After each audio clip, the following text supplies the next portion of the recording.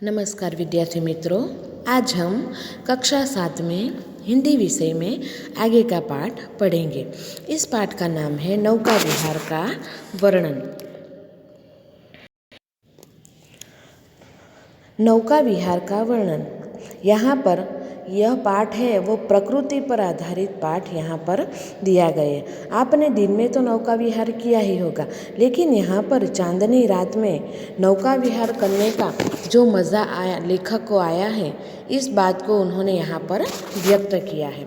और उन्हें जो अनुभव हुआ है, जो चांदनी रात में नौका विहार करने का जो उन्हें सौंदर्य उन्हें प्राप्त हुआ है, इस बात का वर्णन उन्होंने यहाँ पर किया है। तो हम पाठ पढ़ेंगे। मैं यहाँ पर पाठ पढ़ूंगी, आपको भी अपनी पुस्तक सामने रखकर उसमें ध्यान देना होगा। प्रकृति के कण कण में असीम सौंदर्य छुपा हुआ है, पर आज हमारा जीवन प्रकृति से इतना दूर हट गया है कि हम लोग उस सौंदर्य की कल्पना भी नहीं कर सकते। बड़े नगरों में रहने वाले लोग प्रकृति के उन्मुक्त सौंदर्य को नहीं देख पाते। अंधेरी बस्तियों में, गंदे कमरों में जीवन व्यतीत करने वाले लोग सूर्य की खुली धूप और चंद्रमा की चांदनी का आनंद क्या जाने। संयोगवश अभी कुछ दिन पूर्व मुझे अपने मित्रों के साथ पर्यटन जाने और वहाँ चांदनी रात में नौका विहार करने का जो अवसर मिला, उस रात प्रकृति की जो छटा मैंने देखी वह वास्तव में अवर्णनीय थी। यहाँ पर लेखक कहते हैं कि प्रकृति का जो असीम सौंदर्य है, जो इस प्रकृति में वो सौंदर्य रूपी जो जीवन छुपा हुआ है, हम लोग उस सौंदर्य की कल्पना भी नहीं कर सकते। आपने देखा होगा कि गांव में हम प्रकृति के सौंदर्य को देख सकते हैं, लेकिन शहर में यह सौंदर्य हमें देखने को नहीं मिलता है। शहर में रहने वाले लोग अंधेरी बस्तियों में रहते हैं, गंदे कमरों में रहते हैं, छोटी छोटी गलियों में वो रहते हैं, तो उन्हें तो सूर्य की धूप और चांदनी रात का भी मज़ा, उसका आनंद कैसा होता है वो भी उन्हें पता नहीं होता।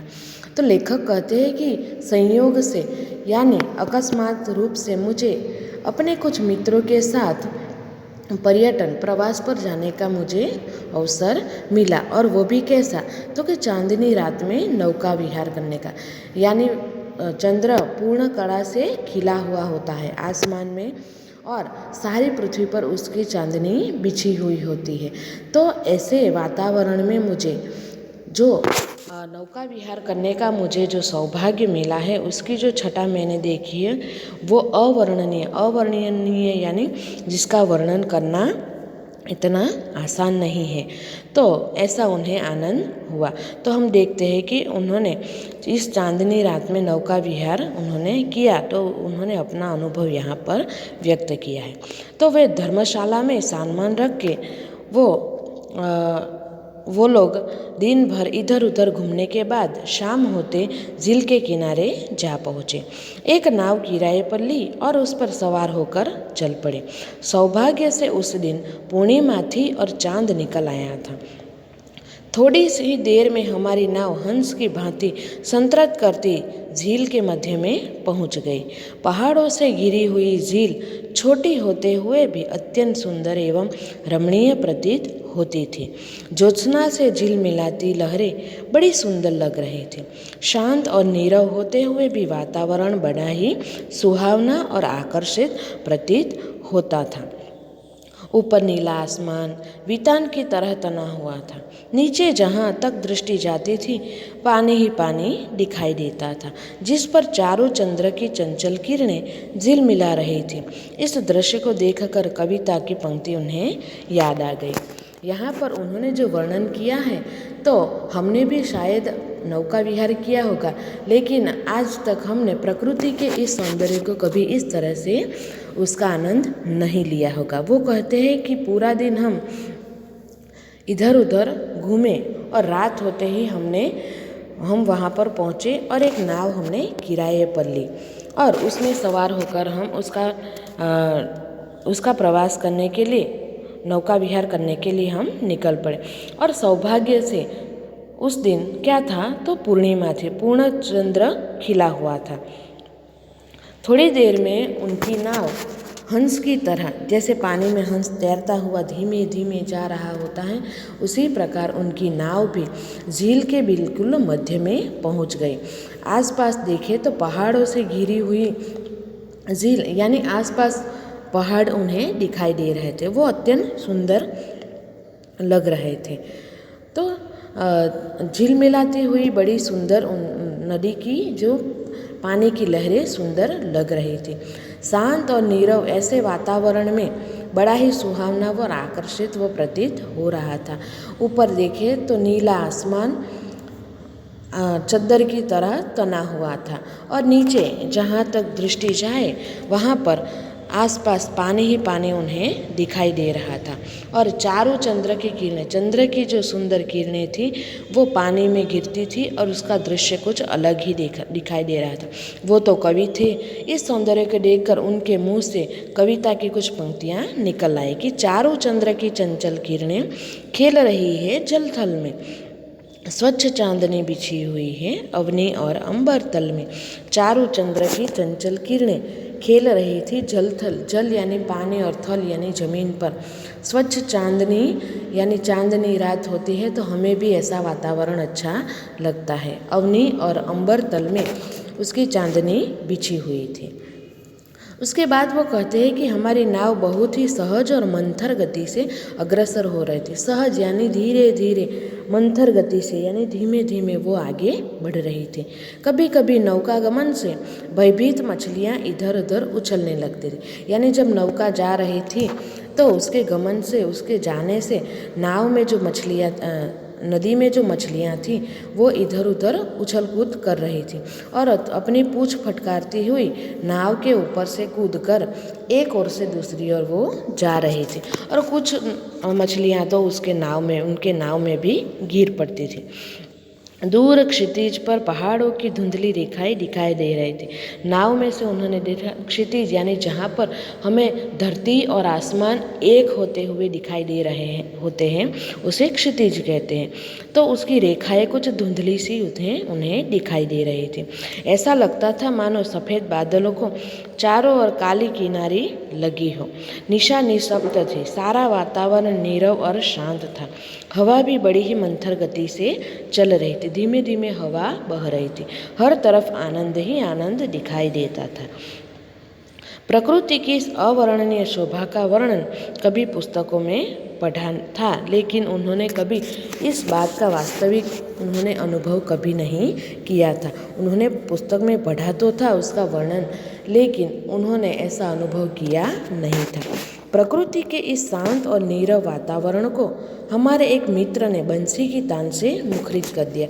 वो कहते हैं कि प्रकृति का वातावरण एकदम शांत था, लेकिन हमारे एक मित्र ने बांसुरी बजाकर उस वातावरण को मुखरित यानी बोलता हुआ कर दिया। फिर तो जैसे सारा वातावरण ही संगीतमय बन गया। 1-2 घंटे तक संगीत का कार्यक्रम चलता रहा। इसके पश्चात हम नाव में ही भोजन करने बैठे। खाने पीने का सब सामान हम साथ लाए थे। भोजन करने में बड़ा ही आनंद आया। संगीत सुनते सुनते वो इतने मग्न हो गए कि 2-3 घंटे तो ऐसे ही निकल गए। उसके बाद खाना तो वो साथ ही लेकर आए थे, तो नाव में उन्होंने भोजन भी कर लिया। रात के 11 बजे थे। तट पर लौटकर नाव वाले को किराया चुकाया।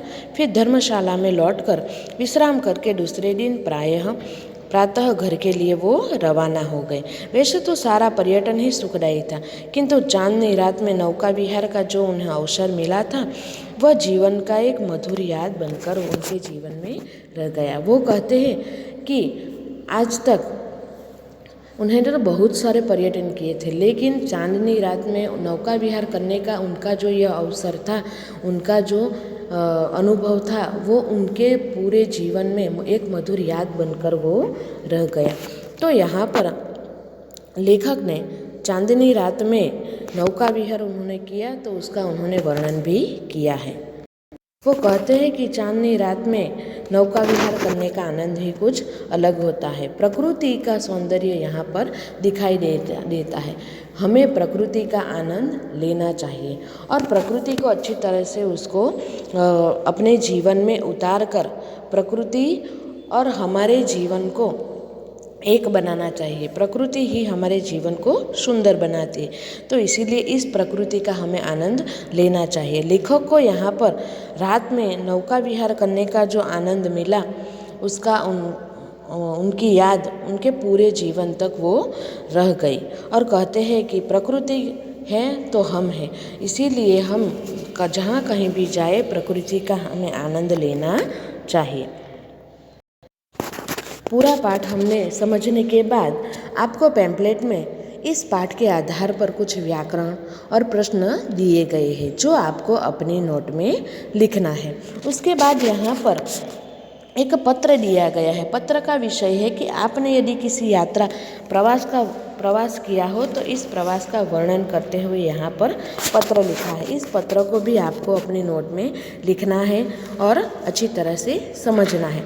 उसके बाद यहाँ पर एक निबंध लिखा गया है कि चांदनी रात में नौका विहार। यहाँ पर तो कवि ने नौका विहार का वर्णन किया ही है, लेकिन यहाँ पर चांदनी रात में नौका विहार करने का जो अनुभव लिखा हुआ है वो निबंध के तौर पर यहाँ पर दिया गया है। यह निबंध भी आपको अपनी नोट में लिखना होगा।